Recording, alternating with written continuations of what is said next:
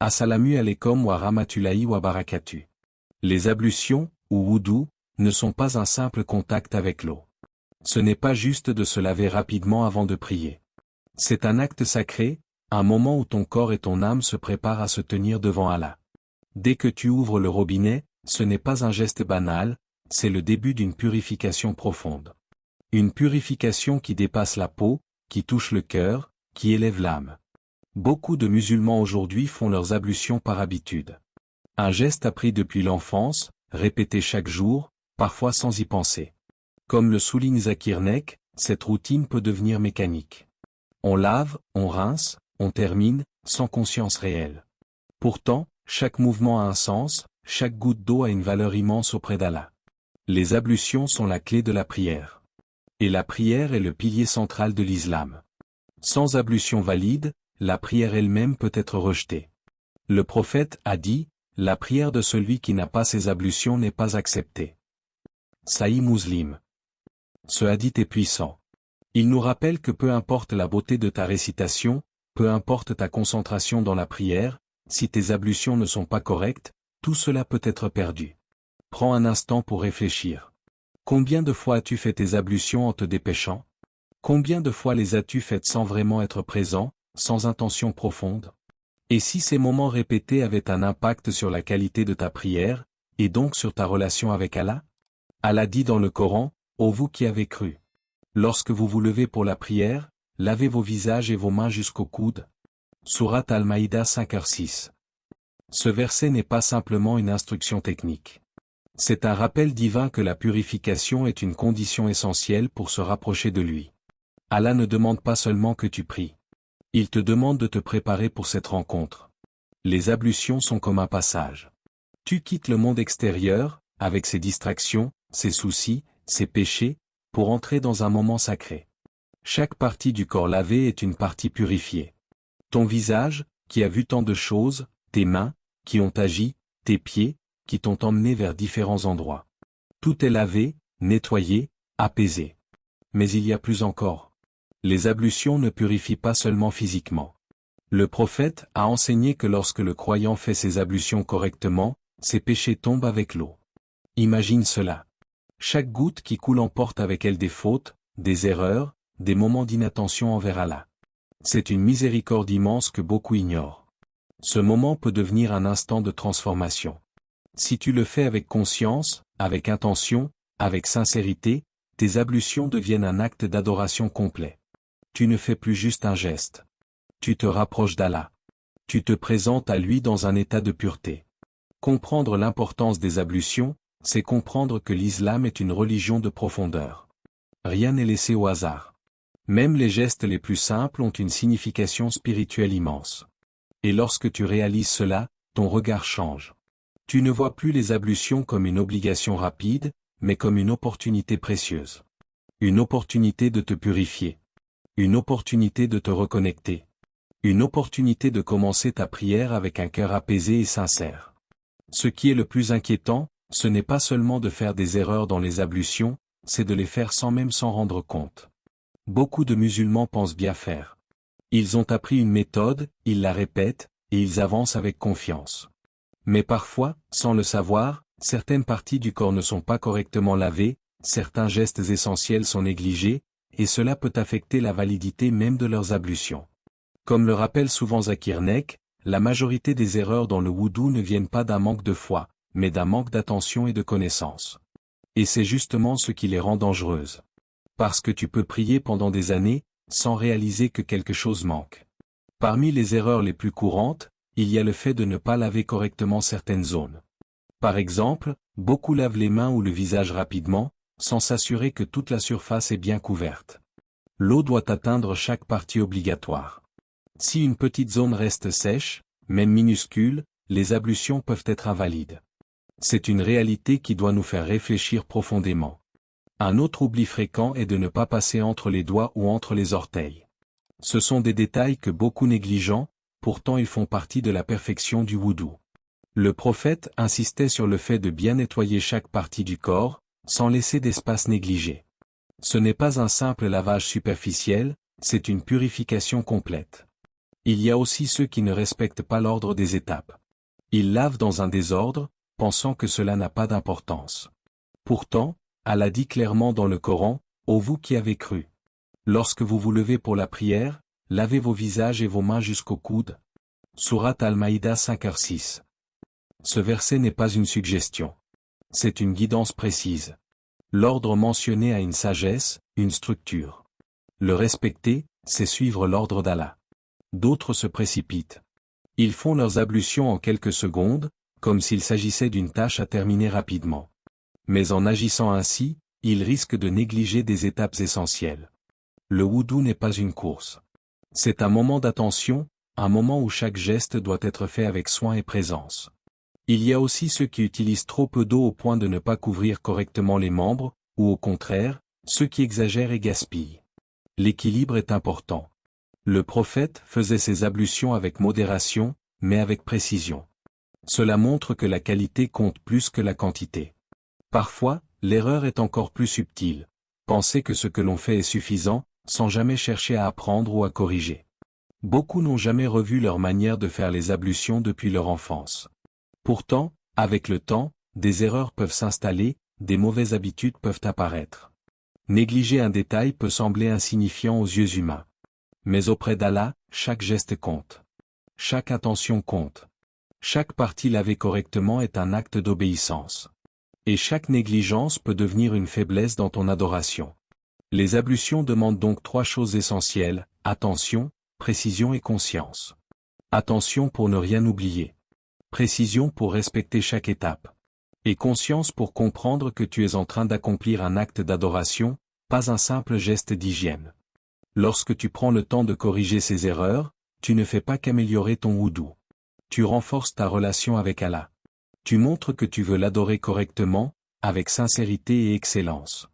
Et parfois, ce sont ces petits ajustements qui font une grande différence, dans ta prière, dans ton cœur, et dans ta vie spirituelle. Il existe une erreur encore plus subtile que les erreurs physiques. Une erreur que personne ne voit, mais qui peut tout changer, l'absence du cœur.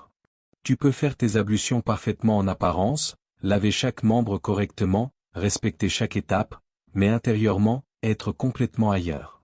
Et c'est là que réside un danger silencieux. Aujourd'hui, beaucoup font leurs ablutions en étant distraits. Le téléphone dans la main, l'esprit occupé par les soucis, les pensées qui vagabondent, le corps est présent, mais le cœur est absent. Comme le rappelle souvent Zakir Nek, l'adoration en islam ne se limite pas aux gestes extérieurs. Elle commence dans le cœur. Si le cœur n'est pas engagé, l'acte perd une grande partie de sa valeur. Les ablutions ne sont pas censées être un moment vide. Ce n'est pas une simple transition entre 2 activités. C'est une préparation spirituelle. Un moment où tu te détaches du monde pour te tourner vers Allah. Mais si ton esprit reste accroché aux distractions, alors tu passes à côté de cette opportunité immense. Le prophète nous a enseigné quelque chose de profondément touchant. Lorsque le croyant fait ses ablutions correctement, chaque goutte d'eau qui tombe emporte avec elle des péchés. Imagine cette scène. L'eau coule de ton visage, de tes mains, de tes pieds, et avec elle, des fautes disparaissent. Des erreurs sont effacées. Les charges sont allégées. Mais pour vivre pleinement cette réalité, il faut être conscient de ce que tu fais. Si tu fais tes ablutions comme un automatisme, sans réflexion, sans intention, tu perds cette dimension spirituelle. Tu te prives de cette purification intérieure. Le manque de concentration transforme un acte profond en simple habitude.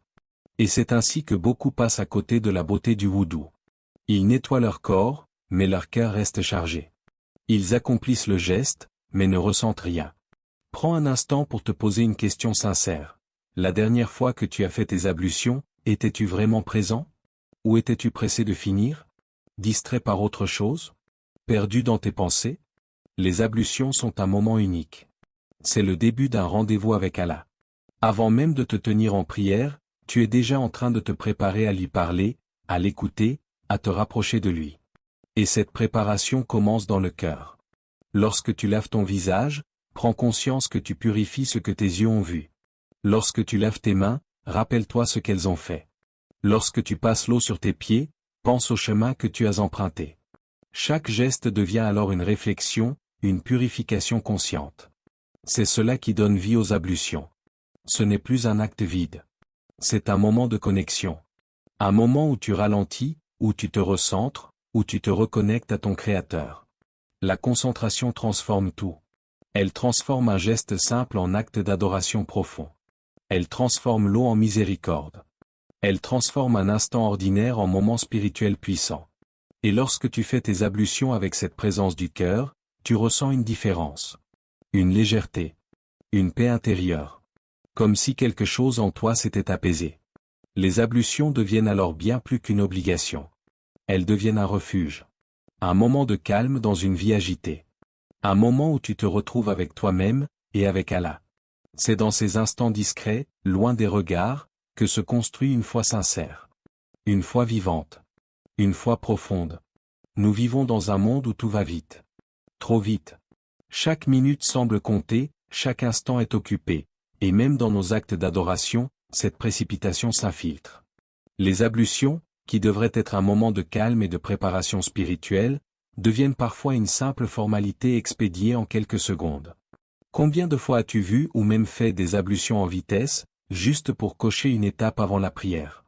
L'eau coule rapidement, les gestes s'enchaînent sans attention, et en quelques instants, c'est terminé. Mais en réalité, que as-tu vraiment accompli en ce moment? Comme le rappelle Zakir Nek, la qualité de l'adoration en islam ne dépend pas de la rapidité, mais de la sincérité et de la précision. Le prophète, lui, ne se précipitait jamais dans ses ablutions. Il prenait son temps. Il accomplissait chaque geste avec soin, avec attention, avec présence. Il a même averti sa communauté avec des paroles fortes, « Malheur aux talons qui ne sont pas mouillés, correctement, par l'eau. » Sahih al-Bukhari. Ce hadith est puissant. Il attire notre attention sur un détail qui peut sembler insignifiant, le talon. Une petite partie du pied, souvent négligée lorsque l'on se dépêche. Pourtant, le prophète nous montre ici que même une zone oubliée peut compromettre la validité des ablutions. Cela nous enseigne une leçon essentielle. En islam, les petits détails ont une grande importance. Ce que tu considères comme secondaire peut, en réalité, être fondamental. Et lorsque tu te précipites, ce sont justement ces détails que tu perds. La précipitation est souvent le signe que l'on ne mesure pas la valeur de ce que l'on fait. Lorsque quelque chose est important pour toi, tu prends ton temps. Tu fais attention. Tu t'appliques. Alors pourquoi se précipiter dans un acte qui te prépare à rencontrer Allah? Prendre son temps dans les ablutions, ce n'est pas perdre du temps. C'est investir dans ta relation avec ton Créateur. C'est ralentir pour mieux te concentrer. C'est transformer un moment ordinaire en un acte rempli de sens. Lorsque tu prends le temps, tu deviens plus conscient. Tu t'assures que chaque partie est correctement lavée. Tu ressens l'eau. Tu te rappelles l'intention. Tu entres progressivement dans un état de calme et de préparation. Ton cœur commence à se détacher du monde extérieur. Mais lorsque tu te précipites, tout cela disparaît. Les gestes deviennent mécaniques. L'attention diminue. Et tu risques non seulement de faire des erreurs, mais aussi de perdre la dimension spirituelle de l'acte. Il ne s'agit pas de faire les ablutions lentement sans raison, mais de les faire avec présence et équilibre. Le prophète était modéré, ni trop rapide, ni excessivement lent. Il faisait les choses avec excellence. Et c'est cela que l'islam nous enseigne, lisant, faire les actes de la meilleure manière possible. Imagine que tu te prépares à rencontrer quelqu'un d'important. Tu prendras soin de toi. Tu ne te dépêchais pas négligemment. Alors que dire de la rencontre avec Allah, le Seigneur des mondes? Chaque geste des ablutions est une étape vers cette rencontre. Chaque mouvement est une préparation. Et plus tu le fais avec soin, plus tu ressens la profondeur de cet instant. La précipitation t'éloigne de cette conscience. La perfection, elle, t'en rapproche. Alors la prochaine fois que tu fais tes ablutions, ralentis. Prends conscience. Applique-toi. Non pas par obligation, mais par amour pour Allah. Car dans ces gestes simples, faits avec sincérité, se cache une immense élévation spirituelle. Ce que beaucoup ignorent, c'est que les ablutions ne s'arrêtent pas à ce monde. Leur effet ne disparaît pas une fois que tu as terminé de te laver. En réalité, leur impact te suit, jusqu'au jour du jugement. Ce moment où chaque personne cherchera désespérément une lumière pour avancer, une lumière pour être guidée, une lumière pour être sauvée. Le prophète nous a donné une image bouleversante. Les membres lavés pendant les ablutions brilleront ce jour-là. Ton visage, tes mains, tes pieds, Toutes ces parties que tu as purifiées pour Allah deviendront une lumière visible. Une lumière qui te distingue. Une lumière qui témoignera de ton adoration. Comme l'explique souvent Zakir Naik, l'islam nous enseigne que même les actes les plus simples peuvent avoir des conséquences immenses dans l'au-delà. Les ablutions, que beaucoup considèrent comme une simple préparation à la prière, sont en réalité une source d'élévation incroyable. Imagine-toi dans l'obscurité du jour du jugement. Les gens autour de toi sont dans l'inquiétude, la peur, l'incertitude. Et toi, tu avances avec une lumière. Une lumière qui vient de tes ablutions. Une lumière que tu as construite jour après jour, geste après geste, sans même toujours t'en rendre compte. Cette image doit toucher profondément ton cœur. Parce qu'elle te rappelle que rien n'est perdu auprès d'Allah. Chaque goutte d'eau utilisée avec sincérité devient une trace de lumière. Chaque ablution faite correctement devient un investissement pour l'éternité. Les ablutions bien faites ne sont donc pas seulement une condition pour prier. Elles sont une opportunité.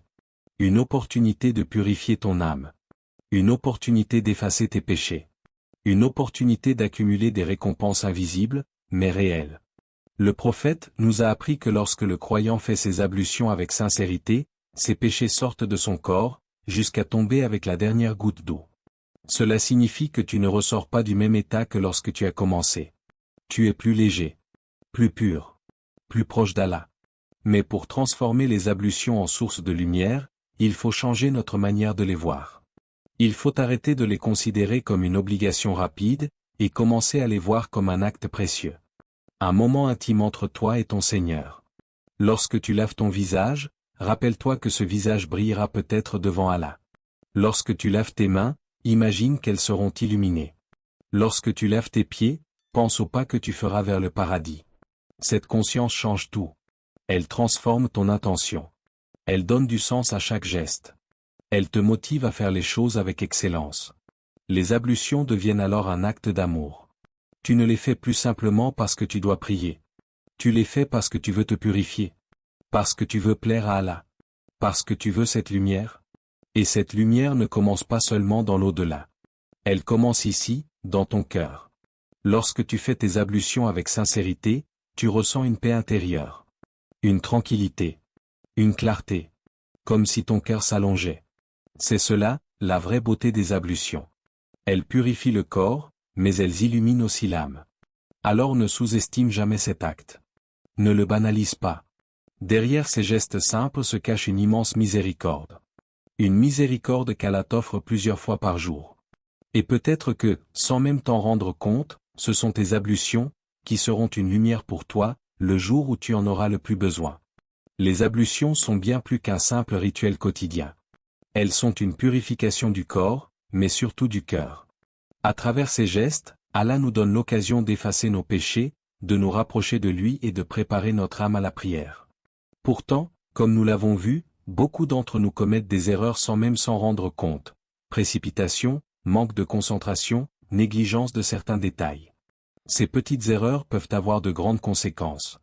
Aujourd'hui, prends un moment pour réfléchir à la manière dont tu fais tes ablutions. Transforme cet acte en un moment de présence, de conscience et de connexion avec Allah.